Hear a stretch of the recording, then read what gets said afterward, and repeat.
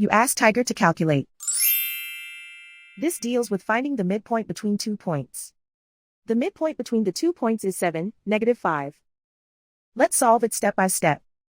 Plot the 2 points and calculate the midpoint using the formula. The coordinates of point 1 are, x1 equals 7, y1 equals -3. The coordinates of point 2 are, x2 equals 7, y2 equals -7.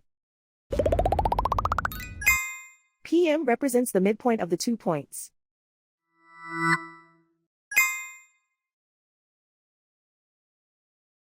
Use the x values in the midpoint formula to find the midpoints x.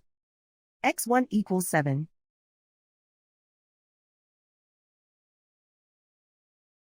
x2 equals 7.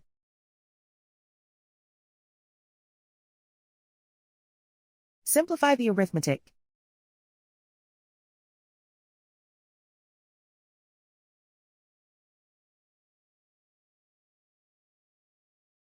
Use the y values in the midpoint formula to find the midpoints y.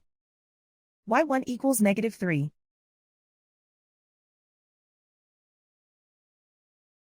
y2 equals -7. Simplify the arithmetic.